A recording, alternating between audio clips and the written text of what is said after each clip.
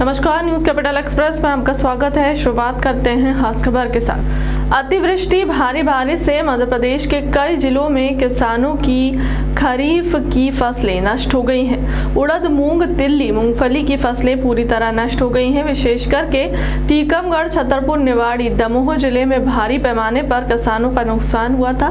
सरकार द्वारा सर्वे की खानापूर्ति नाटक नौटंकी की गई, लेकिन किसानों को किसी तरह का कोई मुआवजा नहीं दिया गया। हमारी सरकार से मांग है कि किसानों को तत्काल मुआवजा दिया जाए। किसान भारी संकट में है, कर्ज में डूबे हुए हैं। साहूकारों के चुंगल में फंसे गए। रबी की फसल के लिए खाद बीज तक की व्यवस्था नहीं कर पा रहे हैं। सरकार तत्काल मुआवजा स्वीकृत करके किसानों के खातों में पैसा भेजे। अतिवृष्टि भारी बारिश से मध्य प्रदेश के कई जिलों में किसानों की खरीफ की फसलें नष्ट हो गई थी।